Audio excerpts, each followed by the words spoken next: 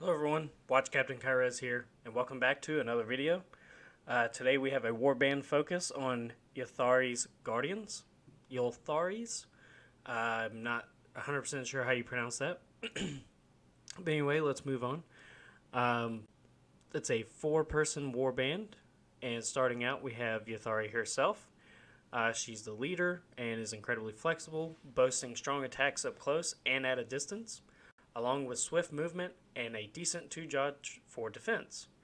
Once inspired, she has a terrifying 5 hex move, which combined with the reaping gives her a huge threat range, and no joke about it. She's pretty nasty. She's a level 2 wizard at that. She has a close range attack, 1 hex, rolling 2 hammers for 2 damage with the Briar Staff, and the reaping that they're talking about, 3 hexes, just need 1 swirly, and it deals 1 damage there. Uninspired, she moves 4, has 2 dodge, and 3 health. Her rules for getting inspired is a gambit, upgrade, action, or reaction that would remove 1 or more wound tokens from this fighter. Inspire her. They don't have to remove the wound tokens here. It has in parentheses. So you just play like a healing potion on her, even though if she's not healed or wounded, she'll still inspire, which is pretty neat, and you'll see that throughout all of them. That's how they all inspire. You have to remove wound tokens on them, and so they're basically all about healing and nurturing and nature and blah blah blah. She also comes with a reaction. After this fighter successfully casts a spell with at least 1 crit on their casting roll, remove up to 1 wound token from this fighter. So there you have it. Just make her cast spells. She'll probably inspire her own self, which I've already gone through and picked out all kind of healing spells for her to cast. It's quite interesting how many gambit spells that they've placed in the overall game that allow them to heal. Little subplots that they have all around. Moving on, we have Anselane, a Revenant Archer. Anselane is your finisher for Ylthari's Guardians. Should she take out a foe, she'll immediately get to attack again. This makes her invaluable against swarm warbands like Zarbag Gitz, and with some careful planning can lead to some truly devastating turns. She is the range, and I was really hoping she'd have a little bit more range on her, but she has the movement too, which makes up for it. It's just she can reach out and touch anybody. She's going to be the one that you're going to put all your damage cards and rerolls and stuff like that on, because I guarantee she'll be sniping a lot of characters off the table. It's pretty insane how she has a 4 movement and a 3 hex a ranged weapon, and is hitting on 2 hammers. Or she gets 2 hammers, and it's good. Just the fact that it deals 1 damage is the balancing fact of that, which you can always boost that up more. Her reaction, as they went on through, after her attack action, takes an enemy fighter out of action, make another attack action with this fighter. You can only do this once per round.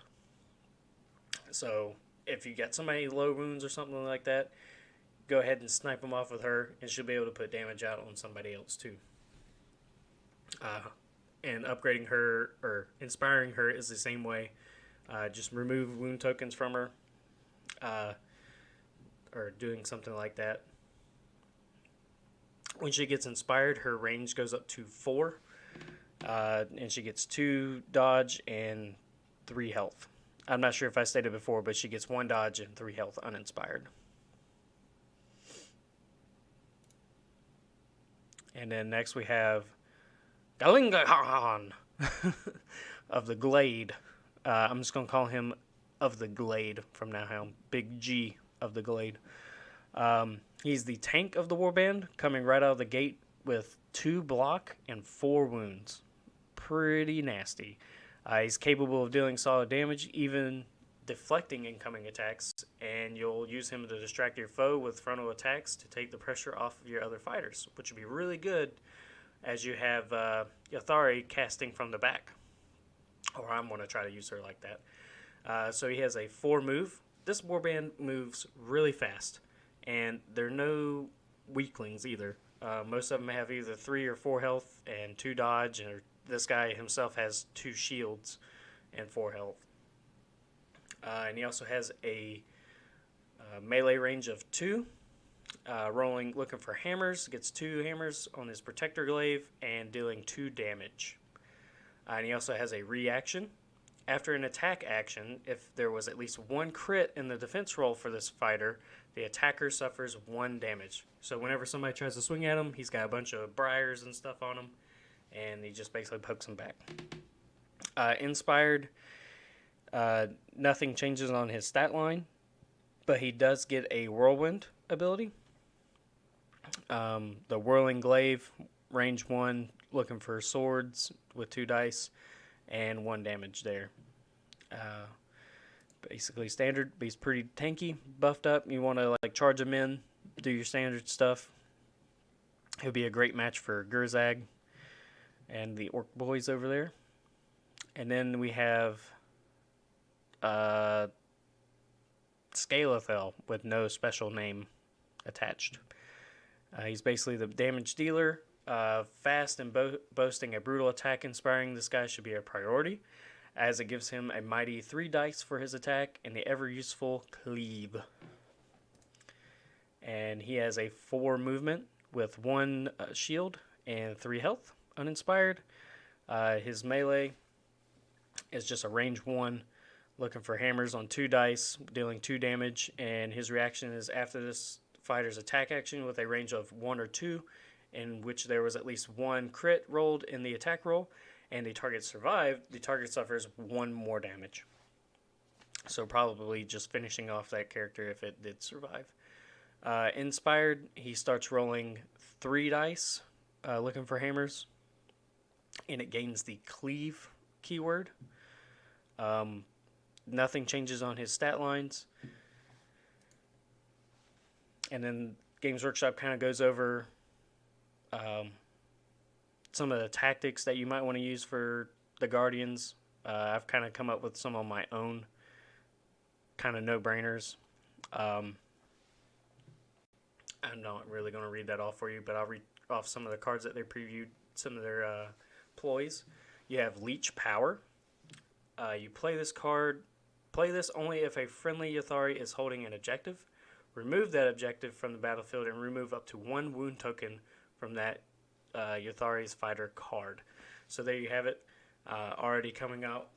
And that just holding on to an objective 1, you would probably score it if you had it immediately, or you could just wait and then the next turn go ahead and play this ploy and destroy it and get rid of it from your opponent, while also inspiring one of your characters. Then next up we have a Healing Amphora. Choose a friendly Galahad or a friendly fighter adjacent to a friendly Galinghan. I'm not even going to try to pronounce his name anymore. And you roll up defense dice. On a roll of a shield or a crit, remove up to 2 wound tokens from that fighter's card.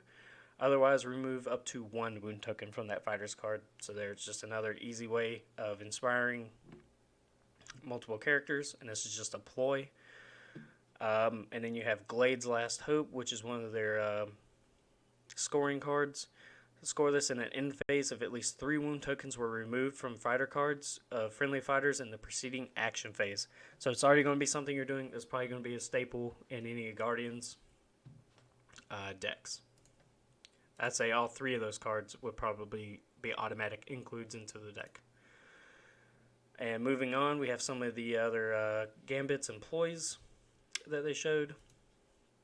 This is kind of a little bit more of a defensive, not just like healing. We have Curse of the Dwindling. Gambit spell requiring 2 lightnings. If this spell is cast, choose an enemy fighter within 5 hexes of the caster.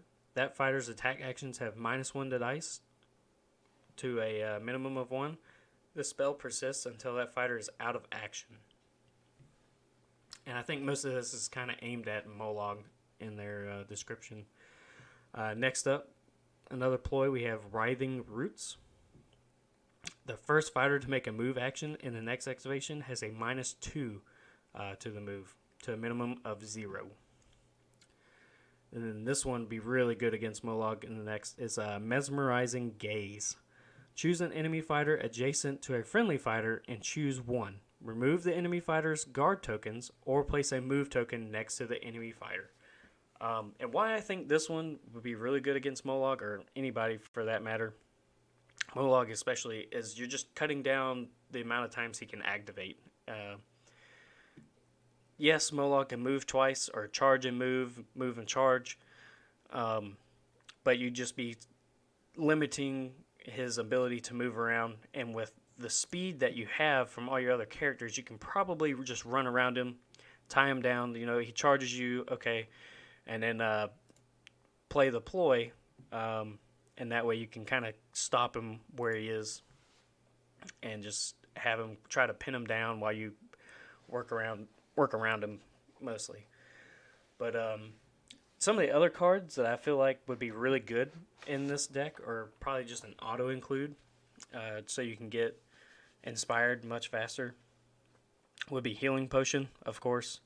And you can also add in Sorcerous Insight.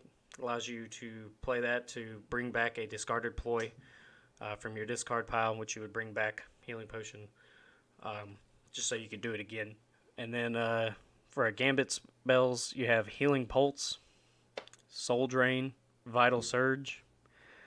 Would be really good to have there. That's 1, 2, 3 extra ways of just healing, removing wound tokens.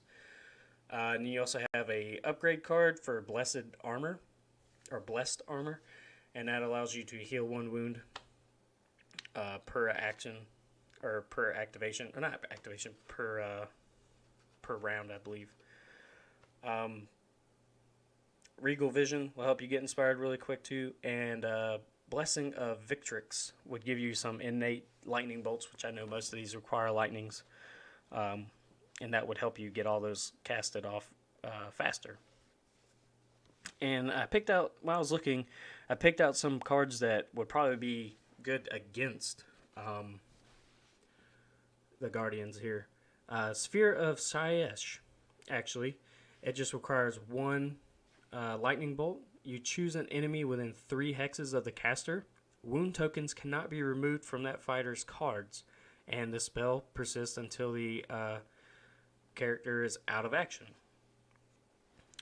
That's pretty good. So that one can't be inspired unless they have another card to remove that card, which they probably may or may not carry. Probably most likely not, considering a few things. And you also have Cruel Taunt. I feel like Cruel Taunt would be pretty good, but you don't necessarily have to get them inspired because a lot of their stuff isn't crazy good. The only one I would probably want to inspire first would be Ylthari herself, or the G-Man of the Glade. Probably get him out there too. Scale Sail is pretty good with just the cleave, but yeah, or either the Archer woman, she's pretty good too. But anyways, those are just some of my thoughts about the new Warband coming out. Let me know what you think too. Anyways, folks, thanks for listening.